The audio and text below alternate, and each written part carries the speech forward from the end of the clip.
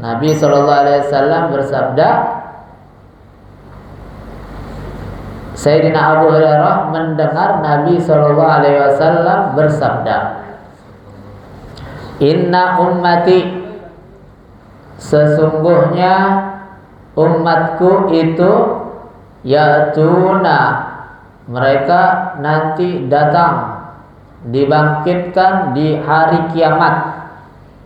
Sebagaimana kita ketahui, ketika dibangkitkan pada hari kiamat, yang pertama kali dibangkitkan adalah makam Rasulullah SAW. Rasulullah dibangkitkan. Kemudian dibangkitkan ahli kubur Al-Baqi'. Al-Baqi', perkuburan Baqi', bangkit semuanya. Kemudian bangkit semuanya, mereka seluruhnya berangkat ke kota Mekah. Dibangkitkanlah untuk mendatangi daripada Sayyidatuna Khadijah Al-Kubra. Dibangkitkanlah perkuburan Mu'alla. Kemudian baru perkuburan-perkuburan yang lainnya. Atau Salam Putih kapan dibangkitkannya itu? Nomor berapa gilirannya? Dan semua orang kumpul, mulai dari Nabi Adam sampai akhir manusia. Nggak tahu siapa yang terakhir. Yang pasti nomor 1 Nabi Adam. Dan nggak ada makhluk yang namanya manusia, melainkan itu adalah dari keturunan Nabi Adam. Sebab ada orang katakan ada makhluk manusia yang selain dari Nabi Adam. Ada orang sampaikan begitu. Kemudian keturunan Nabi Adam binasa ketika terjadinya banjir air yang terjadi di zamannya Nabi Nuh. Nah, manusia yang sekarang, seluruhnya makhluk hidup yang sekarang adalah orang-orang yang selamat di kapalnya Nabi Allah Nuh. Makanya Nabi Nuh disebut Abul Bashar At-Tani, bapaknya manusia kedua setelah Nabi Allah Adam.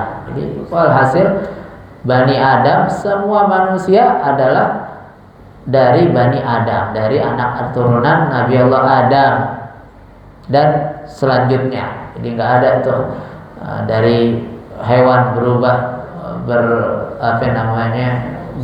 evolusi menjadi manusia begitu.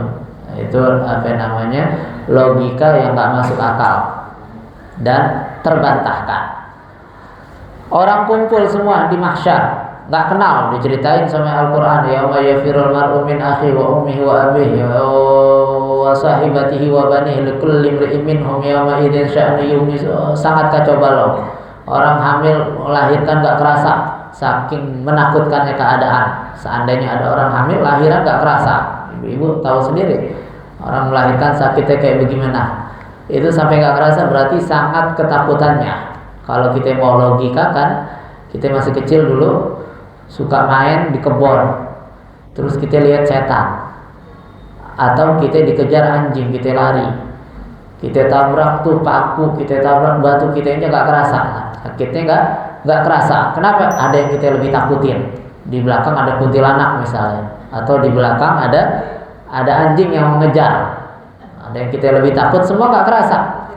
Karena ada yang lebih takut. Keadaan hari kiamat sangat menakutkan. Allah murka sejadi-jadinya. Limanil mulkil yawm, Allah katakan. Siapa sekarang rajanya? Mana dulu yang ngaku jadi Tuhan? Fir'aun yang jadi raja, yang ngaku berkuasa, yang semena-mena. Walhasil keadaan yang sangat mengerikan. Di situ kita pengen dikenalin. Kita pengen dikenalin sama orang yang bisa nolongin kita. Nabi Muhammad SAW, kita pengen dikenalin. Kalau dikenalin kan kita bisa diajak, kan begitu. Kalau dikenalin kita bisa diajak. Kalau kita nggak dikenalin, boro-boro diajak, ditengok juga enggak. Nah, Sayyidina Abu Hurairah pernah dengar Nabi SAW bilang, ini hadis, salah satu cara biar kita dikenalin nama Nabi Muhammad SAW pada saat yang mengerikan itu. Nabi bilang, inna ummati, umatku nanti bakal datang yaumal qiyamah, pada hari kiamat, gurran muhajjalin. Gurran artinya adalah keputihan putih yang ada di kepalanya kuda. Ada putih di kepala kuda, yang kuda itu warnanya hitam. Ini gurran. Muhajjalin adalah warna putih yang ada di tangan dan kaki kuda. Kuda ada tangannya kan? Kaki semua. Wah, hasil kaki depan sampai kaki belakang. Depan-depannya di ujung kakinya ada putih sama putih. Kalau kuda ada hitam, ujung kakinya dua-duanya, empat-empatnya ada putihnya, di keningnya ada putihnya. Ini kuda bakal keciri. Ini bagus nih kuda. Minimal orang ngomong begitu. Keciri nih. Begitu bersinar. Jelas. Begitu. Nah, umatnya Nabi Muhammad dilambangkan seperti kuda yang punya cahaya di keningnya dan juga di kedua lengannya dan kedua kakinya. Min azaril wudu, dari bekas air wudu. Makanya itu Nabi bilang faministata aminkum yutilu, siapa orang yang pengen yang mampu, yang mau, yang bisa melebihkan, memanjangkan putihnya, ghurratahu, baik di keningnya ataupun di tangannya ataupun di kakinya, falyaf'al, lakukan, kata Nabi sallallahu alaihi wasallam. Berarti sunnah kita melebihkan ketika membasuh kepala, melebihi dari yang wajib. Begitupun lengan, begitupun kaki. Nah, ini kembali lagi kemarin, lebih berarti butuh air yang banyak, padahal kita disuruh untuk ngirit, kan begitu. Sampai Nabi wudunya digambarkan satu mud doang. Nah, di situ ulama menyebutkan, antaranya Imam Nawawi sebutin barometer berlebihan itu ketika dia melebihi daripada hal yang diperlukan. Kalau masih diperlukan, melebihkan karena untuk sunnah itu tidak dianggap berlebihan, walaupun airnya lebih banyak dari biasa, dari yang biasa, karena itu dibutuhkan. Kalau udah melebihi dari kapasitas yang dibutuhkan, baru itu dianggap menggunakan air dengan berlebihan. Walaupun airnya banyak dipakai kepalanya, nggak dianggap pemborosan, nggak dianggap berlebihan. Jadi ini Nabi SAW memberikan kita cara agar dikenali nanti di hari kiamat itu nanti bercahaya. Dan ini adalah keistimewaan umatnya Nabi Muhammad. Gurran muhajjalin ini keistimewaan khusus buat umatnya Nabi Muhammad.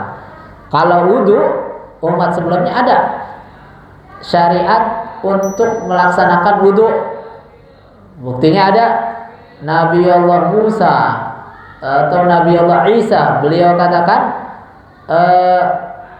orang yang tertimpa musibah ketika dia tidak punya wudu, fala yalumanna illa nafsa, jangan salahin kecuali dirinya sendiri. Artinya ada syariat berwudu, caranya mungkin berbeda, tapi ada syariat wudu sebelum syariatnya Nabi Muhammad SAW. Tapi gurril muhajjalin yang model begini, putih di kening, putih di lengan, putih di kaki, ini adalah khususiyah, keistimewaan daripada umatnya Nabi Muhammad sallallahu alaihi wa alihi wasallam. Imam Maliki punya pandangan lain daripada hadis tersebut.